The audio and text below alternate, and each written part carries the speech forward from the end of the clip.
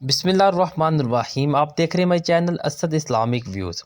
نمازی کی گود میں بچہ آ کر بیٹھ جائے تو نماز، گھر میں تراویح وغیرہ نماز ادا کر رہے ہوں تو اس دوران چھوٹے بچے کھیلتے کھیلتے آ کر نمازی کی گود میں بیٹھ جاتے ہیں، یا پھر سجدے کی حالت میں ہوں تو پیٹھ پر سوار ہو جاتے ہیں، تو اس صورتحال میں نماز کا کیا حکم ہوگا؟ نیز اگر بچے نے پجامہ یا پیمپر وغیرہ میں پیشاب یا پخانہ کیا ہو اور اس حالت میں آ کر گود میں بیٹھ جائے تو کیا اس صورت میں نماز ہو جائے؟ دوران نماز اگر بچہ گود میں یا جسم کے کسی حصے پر بیٹھ جائے اور اس نے پیشاب وغیرہ نہیں کیا تو اس کی وجہ سے نمازی کی نماز میں کوئی فرق نہیں پڑے گا۔ احادیث طیبہ سے ثابت ہے کہ نبی کریم صلی اللہ علیہ وسلم نے اس حال میں نماز ادا فرمائی کہ آپ علیہ الصلاۃ والسلام کی گود مبارک میں آپ کی نواسی حضرت امامہ بنت زینب رضی اللہ تعالی عنہا بیٹھی تھی۔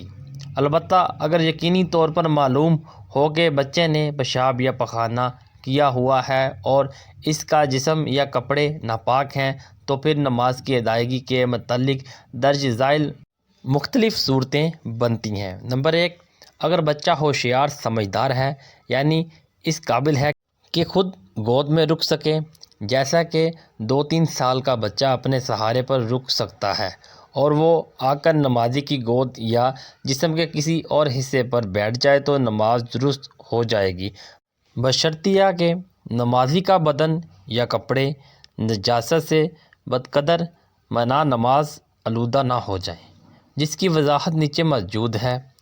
نمبر 2، بچہ اتنا چھوٹا ہے کہ وہ گود وغیرہ میں خود نہیں رک سکتا، تو اس صورت میں حامل نجاست اٹھائے ہوئے ہونے کی وجہ سے نماز باطل ہو جائے گی، اگرچہ نمازی کا اپنا بدن اور کپڑے نجاست سے بالکل بھی ملوث نہ ہوں۔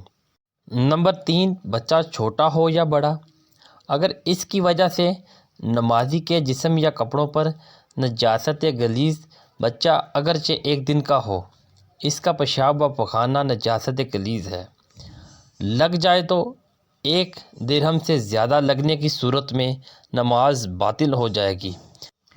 1 درہم کے برابر لگی ہو تو نماز مکروہ تحریمی و واجب ادا ہوگی، اور اس سے کم میں خلاف سنت ہوگی، جس کا اعادہ بہتر ہے۔ اسد اسلامک ویوز ویڈیو کو شیئر لازمی کریں، ایک بار درود شریف پڑھ لیں۔ آپ کو ہماری ویڈیو کیسی لگی ضرور بتائیے گا۔ ملتے ہیں نیکسٹ ویڈیو میں، تب تک کے لیے اللہ نگہبان۔